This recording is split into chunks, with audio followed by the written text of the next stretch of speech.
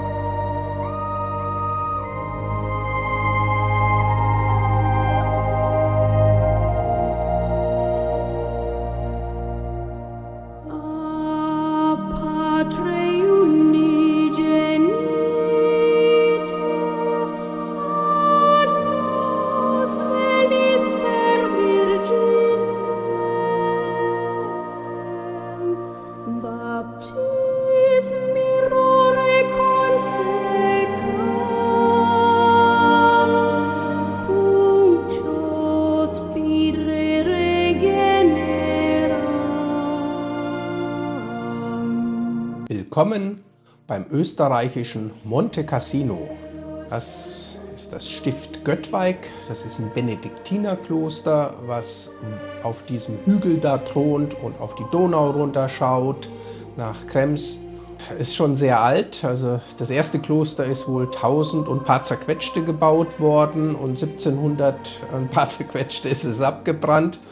Und dann wurde es von einem Barockbaumeister neu gebaut. Das ist schon sehenswert. Ich war auch in dem Restaurant. Das Restaurant ist auch zu empfehlen. Preis-Leistung stimmt absolut. Man hat einen wunderbaren Blick von der Terrasse ins Tal runter. Das Bier soll auch sehr gut sein. Das habe ich nicht probiert, weil ich ja noch fahren wollte.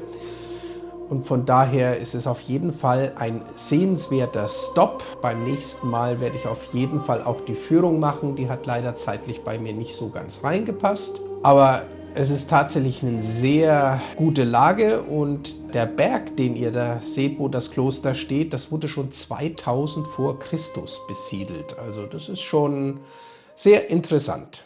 Hier möchte ich euch nochmal zeigen, wie meine Route aussah.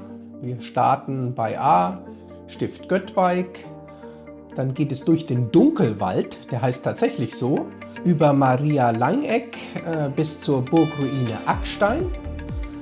Dann bin ich noch nach Melk gefahren, dort hat mich leider das schlechte Wetter wieder erwischt, habe ein bisschen abgewartet und bin dann die Donau entlang bis nach Krems gefahren und rüber wieder nach Mautern.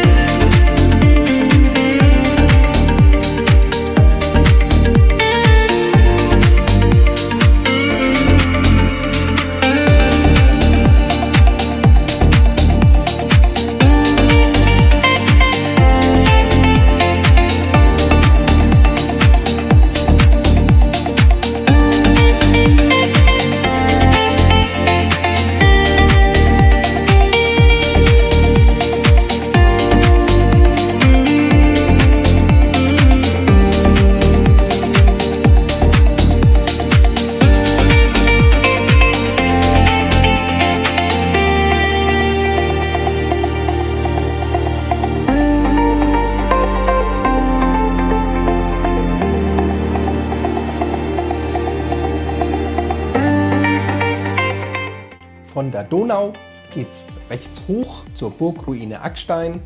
Sicherlich auch eins der meistbesuchten Sehenswürdigkeiten in Österreich. Also das ist wirklich auch eine schöne Straße, mit dem Motorrad hochzufahren.